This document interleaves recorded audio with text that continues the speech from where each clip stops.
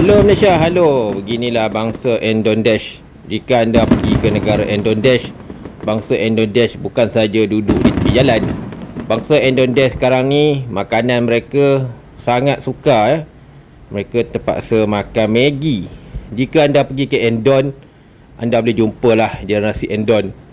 Jom kita tanya, apa nama kamu Indon? Kami Indon bang.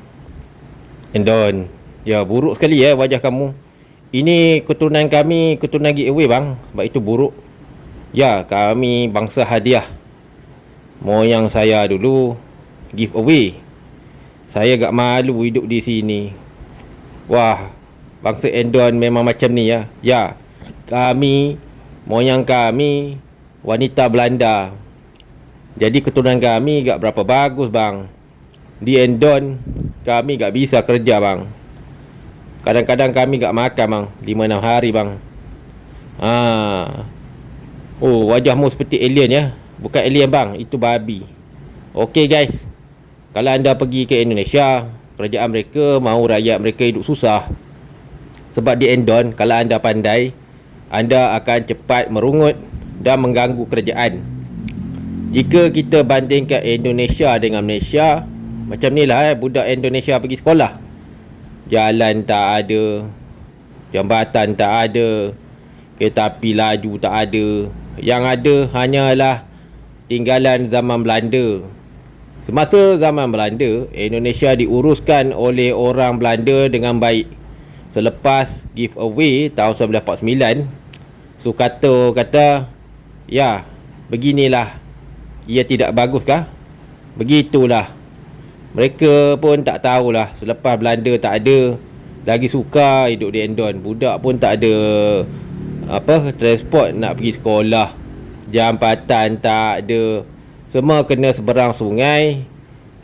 Macam ni lah ya. Anda berani ke duduk di Indonesia? Saya rasa Indonesia lah negara yang paling teruk. Okey guys, ini adalah kampung Jawa. Inilah asal-usul kerajaan Indonesia pada zaman Belanda. Kenapa ini berlaku? Apa kerana Indonesia jadi begini? Ini selepas Indonesia merdeka hadiah daripada Belanda. Kami NKRI harga mati hidup begini. Bukan kami tiada pelajaran pak, tapi bangsa kami memang begini. Kawasan kumuh ya. Indonesia paling banyak kawasan kumuh. Lain tu, kehidupan NKRI harga mati ni, anda tak payah fikirlah. Memang paling kesian. Jika anda pergi ke Indon, anda pergi ke Jakarta, anda akan lihat ya, terlampau banyak masyarakat Indonesia pergi sana sini mencari makanan. Hinggakan mereka tak lalu nak makan. Maka mereka anda boleh jumpa di kawasan macam ni. Saya pun tak tahu nak cakap apa. Tapi begitulah Indonesia.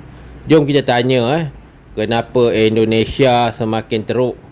Ini kerana pada revolusi sosial tahun 1950 hingga 1958, akibat daripada tamaknya askar-askar Sukarno mengerahkan pasukan harimau Jawa ataupun harimau berantai menyerang raja-raja dan majikan-majikan mereka dengan menggunakan buluh runcing. Ramai yang mati dan harta mereka dirampas.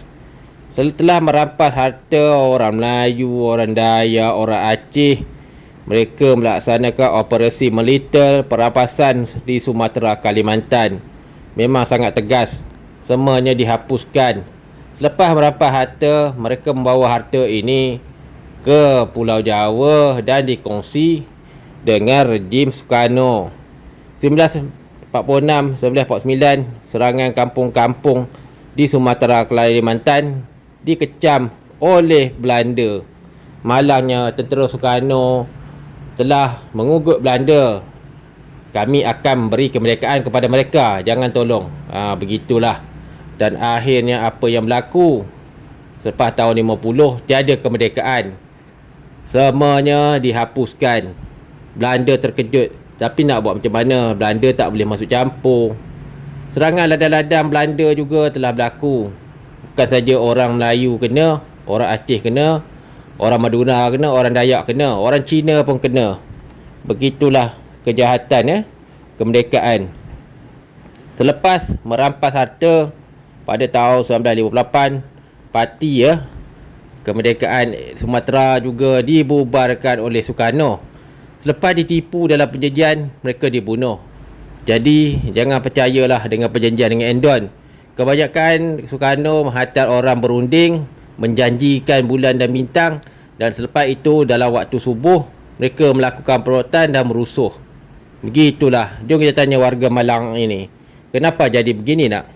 Ya, kami pun tak tahu. Lahir-lahir bangsa kami begini. Begitulah akibat dasarkan hidup. Sekarang pun Indonesia tak maju. Hidup Malaysia.